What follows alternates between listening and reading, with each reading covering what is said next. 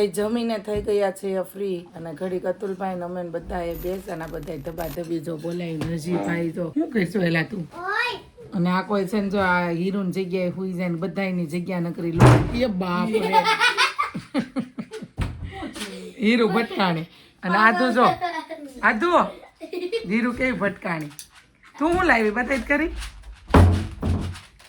અને આ બાજુ છે ને ભાઈ મમ્મી જો ભાઈ આ તૈયારી કરે છે મમ્મી શેની તૈયારી કરે છે પાણી પીવાનું વાવડીને વાપુભાઈ પોટલીઓ વાળો છું વાવડીના વાવડીના વાપુભાઈ પોટલીઓ વાળો છું તે કેવી ઝીણી ઝીણી વાળવાની હોય કેટલીક વાળવાની હોય એ તો વાળું છું એક નાખ્યું હોય આ એક નાખીશ ને નાની માટલી છે ને તારે એ માટલીમાં એક નાખવાની પછી તારી થઈ જાય ને તો પછી એવું લાગે ને તો પાછી ભરી દે ઊનું પાણી એક હારે કરી નાખવાનું પછી છે ને માટલીમાં સામે એટલું જ નાખવાનું ના રેવા દેવાનું જો ચીકણી લાગે તો કાઢી નાખે નકર રેવા દેવાની 2 દિવસ રાખવાની હા બહુ પાણી પીવું થઈ જાય ને તો બીજું પાણી નાખી દેવાનું ના કાઢી નાખવાની અને જો નો બહુ ઓલું થાય તો આ પોટલી આમ રેવા દે 2 દી રહે ને 3 દી કાઢી જ નાખવાની નકર ચીકણી થઈ જાય તો મમ્મી છે ને આજે કહે કે હવે કેમ કે હવે કઈ બહુ ઝાઝો સમય નથી રહ્યો 20 દિવસ હવે 20 દિવસ જેવું રહ્યું છે એટલે હવે છે ને મમ્મી બધી તૈયારી મળ્યા છે કરવા કે હારવાર આવી છો તને બધું તૈયાર કરી દે તું તાર ઘરે બધું લેતી જા અને મમ્મી બધા દેશી ઓહળિયા ને એવું બધું જે કઈ કરવાનું હોય માથામાં નાખવાનું ગંધારો વજ ને એવું બધું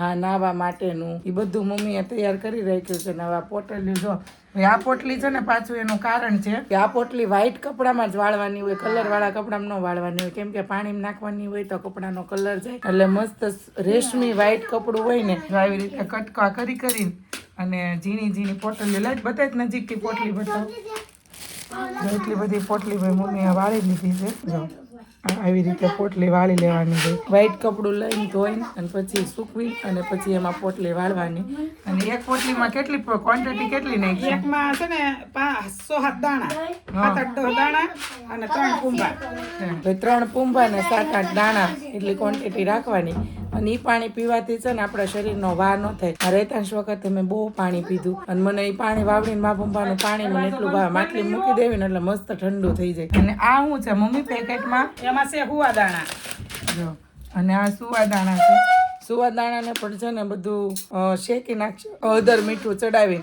અને ટોપરું બોપરું નાખીને એનો મસ્ત મુખવાસ કરશે એ પણ મને એટલું ભાવે જો કે સુવાવડમાં આવતી વસ્તુ મને ટોટલી કરવી ગમે અને ટોટલી મને ખાવું પીવું મને બધી જ વસ્તુ ગમે લાડવા એટલા ગમે સુવા દાણા ખાવા ગમે ટોપરું ગોળ ખાવા ગમે વાવડીને બાપુભાને પાણી પીવું ગમે મેથીને ભાજીને રોટલો ખાવો ગમે બધી જ વસ્તુ મને ગમે એટલે મન છે ને સુવાવડી અઘરું ન લાગે મને આમ સારું આમ ગમે આમ શાકમાં તે છે ને ચટણી વગરનું શાક ખાવું પણ મને એટલું ગમે અને આ પણ હું છે તારે હું તું ક્યારની ફી કરતી હતી બોલ હું નામ લખતા આવડે છે તારું લખતો આ ત્યાં જય યોગેશ્વર પપ્પા આજ કેમ તમે ક્યાં નથી છે હા આ જમાસ છે ને એટલે કડિયામાં હે તું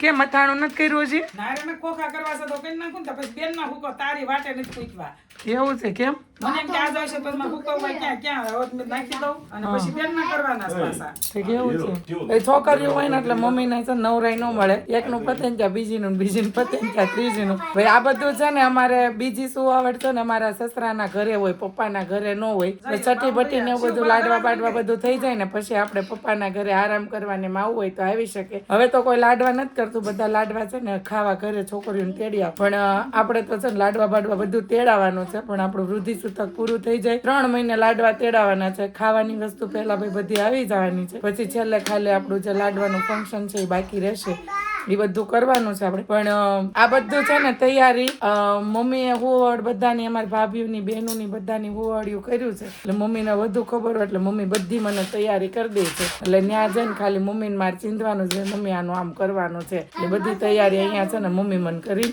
અને મારા ઘરે મને મોકલશે ભાઈ એવું છે ભાઈ જેમને દીકરી હોય ને એને વધુ થોડોક ખ્યાલ હોય દીકરા હોય ને ઓછો હોય પણ મમ્મી જેના હોશિયાર હોય દીકરીઓ ન હોય ને તો એને વધુ આવડતું હોય એવું નથી કે દીકરાને મને ન ખબર પડે પણ આમાં તો જેને ઇન્ટરેસ્ટ હોય એને ખબર હોય જેને ઇન્ટરેસ્ટ ન હોય એને ન ખબર પડતી હોય એવું બધું છે કાંઈ ને આપણે મમ્મી હોશિયાર છે એટલે વાંધો નથી આપણી તૈયારી બધી કરી દે છે એટલે કઈ બહુ કેવડાવે નહીં કઈ નહીં સારું ચાલો હવે ઘડીક આરામ કરીએ પછી છોકરાઓને લઈને નીચે જશું. તો ભાઈ તો છે ને સુવાદાણા બનાવવાની રેસીપી તમારે જોતી હોય ને તો મમ્મી આપી દેશે હમણાં. મમ્મી આમાં હું નાખ્યું છે? હળદર, મીઠું, સંચાળ હમ. અને લીંબુ. લીંબુ નાખવાનું? હા, લીંબુ નામ ખાટા મીઠા છે. ખાટા મીઠું છે તો પછી આને ભેળવી દેવાનું.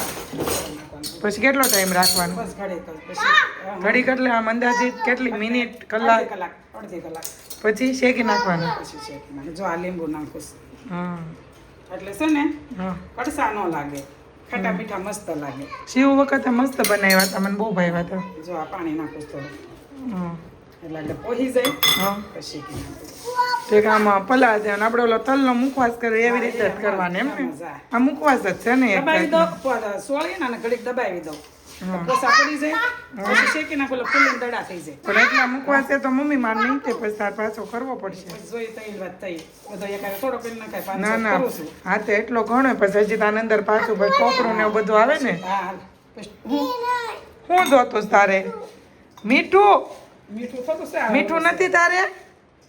હા આ છે હુવા દાણા સ્પેના. તો ભાઈ આવી તૈયારી કંઈક ભાઈ શરૂ થઈ ગઈ છે.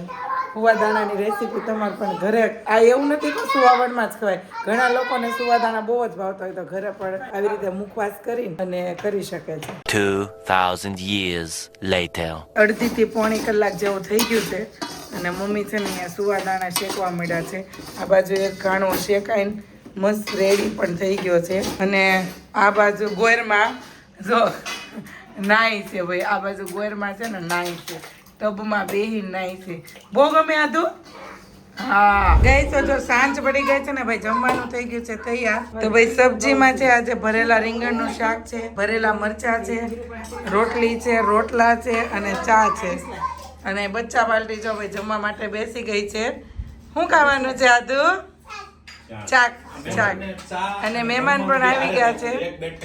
હા પણ મહેમાન